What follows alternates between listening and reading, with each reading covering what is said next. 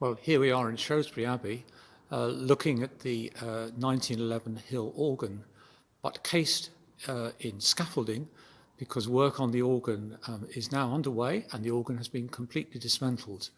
I'm shortly now going to start a tour of the organ from top to bottom, just to show people who can't actually go up the scaffolding or inside the organ, just to show them what's there and what isn't there. And we're going to look at one or two bits around the building. Now, to start with, what we have to do is we have to go towards the ladder, and then we're going to ascend the ladder, and the other two ladders going up to the very top stage, and from the top stage of all, I'm going to shoot some more video.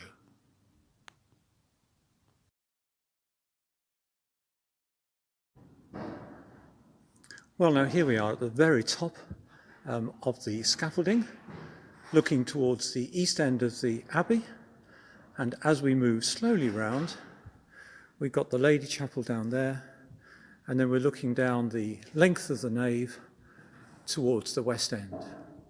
The lights are on, the sun coming in from the west end, so some of the lighting isn't of the easiest.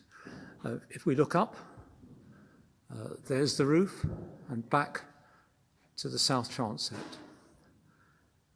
And here we can see the front casework of the organ right at the very top. So here is the 1937 Nicholson organ case, complete with the casework pipes, which are drawn from the great double diapason. And Gary Owens has already applied an oil finish to the casework, making it look a lot better than it has done for many, many years. Now, just looking towards the back, I'm going to avoid the light coming in from the north window, but here we have the original swell box, the swell expression box, complete with its bonnet-style top and a trapdoor to help you in and out. Now, normally, of course, you don't come up this far, so you wouldn't see the shape of the swell box looking quite like this. And at the front of the swell box are the shutters, which actually at the moment are shut. And of course, when the swell is being used, those shutters could be either shut or open, depending on the sound egress. Now, if I just squeeze down the side of the swell box, and there is a feature in this transept which you wouldn't normally see. This is like a secret gangway through to the east end, and then just moving on round, we come to what I've referred to as the organist's hideaway. So there's a little alcove over here where if an organist actually had access, he or she would be able to come up and while away a few minutes with a newspaper, perhaps a glass of beer or something, while other things were going on during the service. E.g., maybe a sermon or two would be spent up here in this little hideaway. Now, of course, in practice, you cannot access this alcove in normal times because there's no scaffolding and there's no way up to it. If I just look down from this point, I'm now looking towards the front of the organ, and here are the tops of the pedal open wood pipes, and here's another entry door into the swell box. And you can just see the casework pipes in the middle there as we look south.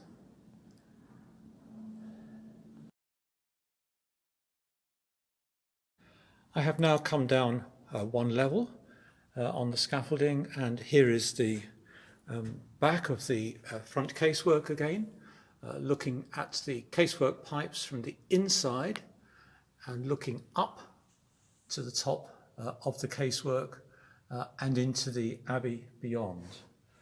But what there is to see here is, of course, the swell box with its door open. I hope this can be visible. And this is a box with normally quite a narrow entry. There's a board here which can be just about seen. And that, of course, is the way that Hill had intended people from inside the swell box to come out and tune the pedal pipes. Now, in a minute, I'm going to go into the swell box and just hope there's enough light to be able to film what's in there. Well, here we are now inside the swell box. Normally, the doors on that side would be shut and the trap door would be closed and there wouldn't be any temporary lighting. So inside here, if I look down, that is where the main swell pipework has sat for 100 years. And the holes would obviously where the pipes would have fitted, held in place through the upper boards. But over here, there is a gap, and this is the gap where the really important swell reed chorus should have been placed. And it will need essentially a wind chest like the one that's here further back. And so we need a wind chest to support 3 ranks of important swell reeds, which are currently missing and which we hope will be installed as part of the work this year. Looking down from here, this is the a view from above of where the great wind chest and all the great pipework would have been. And that's all been removed. I'm going to go down to that level in a moment or two and we'll see what's there. On the other side, we can just about, if the light permits, see the open wood rank of pipes, and beyond that is the archway to the north aisle. Here we are at the lowest level of the scaffolding, looking along the mouths of the casework pipes, which are the 16-foot, the great 16-foot double diapasons. In a moment or two, I'm just going to go through to the back of these to look at where the great soundboard is positioned, but without any pipes in place. Here we are on the main organ platform, and now Gary has worked his magic, and we've actually got some light here. We're looking here at the back of the open woods, and down there are some very nice, clean octave 8-foot pipes taken off the open wood. And I have to say, I don't think anybody has seen it looking like this in nearly 100, well, probably more than 100 years. And at the back, I'm going to turn the camera now, so don't get vertigo. That's the pedal board and 16 and 8-foot ranks. Now, normally you wouldn't have seen this view because the choir expression box was sitting right in the middle of this. And if I just go down here, that is the choir division soundboard, which in 1958 had been moved and a box constructed around the pipes that shouldn't have had a box around them. And then if I look down, I'm actually standing here on the great soundboard, and at the end, if we look very carefully, we can see the sliders which go in and out. I don't know if they're visible. Yeah, my assistant is just moving the one in the middle in and out, and so that's basically the control that brings a pipe on, a rank of pipes on or off. And this rather large hole over here is where the open diapason, great open diapason bases sat on a chest, and there's a similar gap on the other side. So this is a view that probably nobody has seen in years. And down there, underneath the open woods, is the chest, complete with its power motors,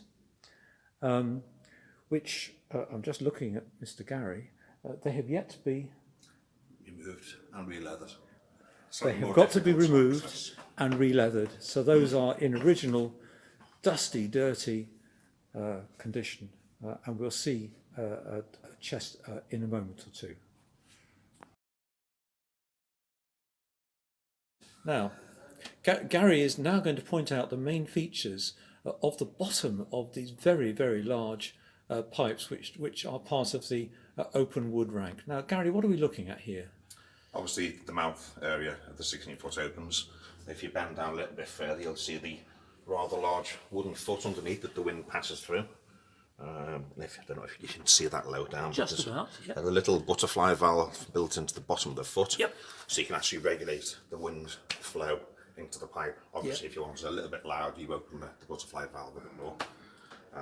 Wind passes through the cap, out of what we know as the flue, hits the top lip, and sets the vibration of wind inside the pipe. And how long is that pipe?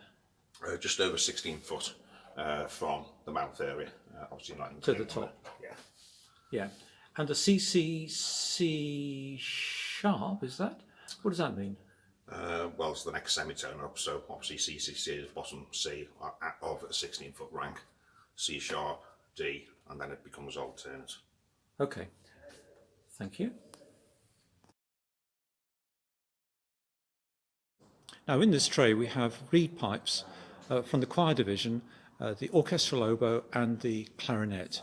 And Gary now is going to demonstrate how it all works. Come on, Gary. What have you got there? This is one of the orchestral oboes, long, narrow scale, capped, obviously. Clarinets tend to be a little rounder, a little stubbier, really. Gently take the boot off. So it's in two parts. Yeah. So actually, the thing that produces the sound is the very thin brass tongue, which is allowed to beat against the shallot. Yep. This is used for tuning, well, for most organ tunes, for tuning. That's the bottom. There's a slider at the bottom. Yeah, well, it's the tune that's being. Yep. Obviously, if you was to knock it up, it lengthens the speaking length of the tongue, so you get a deeper note, and likewise, sharper. Yeah. It goes that way. Obviously, you can't go too far down because the throttle's off after a while. And that's the boot that you're putting back on. So that's what it sits on. Yeah, so it normally sits on the Sits upper like board that. with Yep. a rack there, and ideally a little stay to stop the thing falling. And the composition of this pipe? Spotted metal, so high percentage tin. Top quality. Yeah. Well, here we have the bases, the lowest pipes, the largest pipes of the great open diapason. And Gary is going to pick out one of these and show what happens when air goes into it. Ideally a small one. A small one. Same sort of theory as the big 16-foot open woods upstairs. Slightly different composition, but the pipe sits up that way. Yep. Wind goes through the tip hole, up the foot, again through the flue. Hits the top lip, starts the air vibrating down the pipe. These are slightly easier to blow.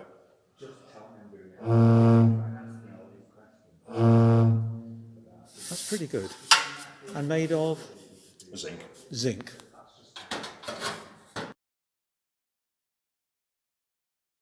So here we have is this the great 8-foot flute? It is, yeah. So this is the whole flute from the great division.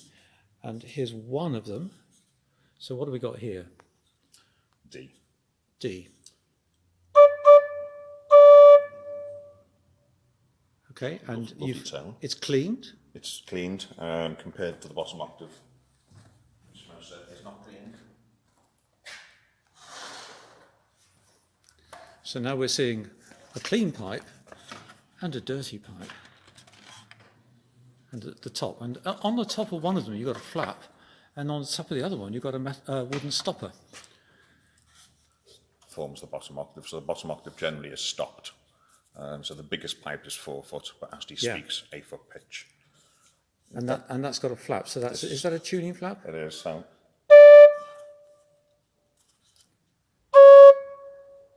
Wow, almost a semitone difference.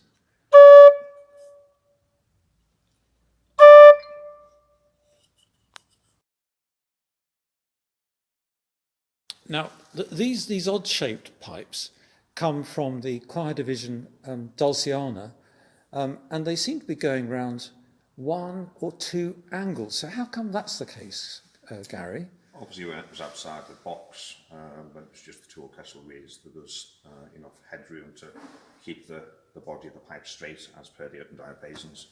At some point, when the box was made bigger, the pipes had to go inside the box. That's the maximum internal height available. Does it make any difference to the sound? No, as long as it's supported properly and doesn't allow it to snap at the joins.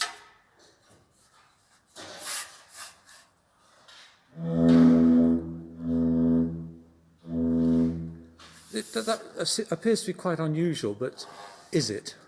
Or is that something that quite a lot of organ builders would have done? Yeah, it's fairly normal. Obviously, you've got limited headroom and you want a full length base, then it has to be. Yeah. And what's the metal collar at the top? It's the tuning side. So again, slotted. Yep. So that moves up and down to lengthen or shorten the pipe.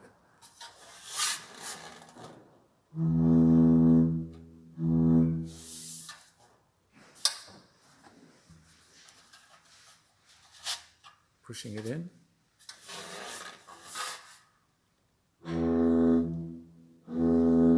Not much difference, I have to say. But anyway, but that's the theory of it. Yes.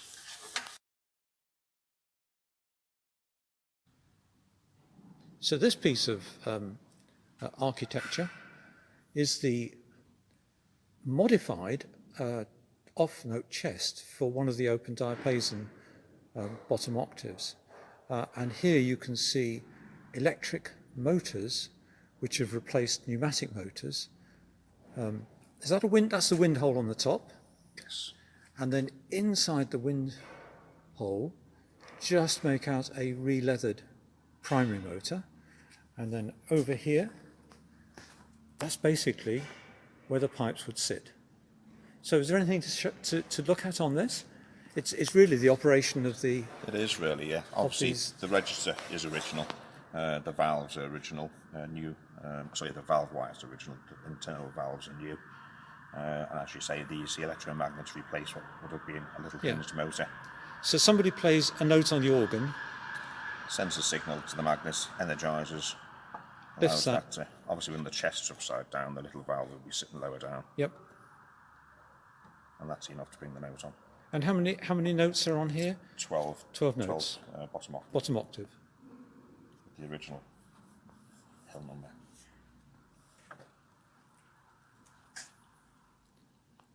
Which just shows that this is part of the original construction of the 1911 hill organ.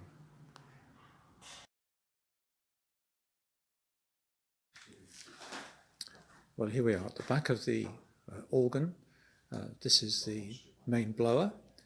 The blower is still in there, but it's been completely disconnected. And here, if I turn the camera, this is where the main reservoir was sitting before it was removed from the organ.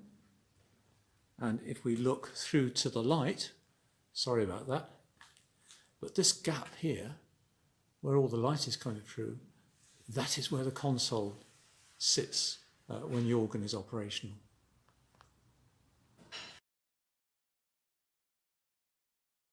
And so just to conclude this short tour, here is the gap where the organ console would normally sit. And I have spent many hours sitting on a stool on this platform, but with keyboards, music, and stop controls in front of me. Never having this view of an empty area, no reservoir, no lead tubes, and no connections to the pipes. So this is all very, very different. And we're looking forward to having the console renovated, restored, and back in situation later in the year.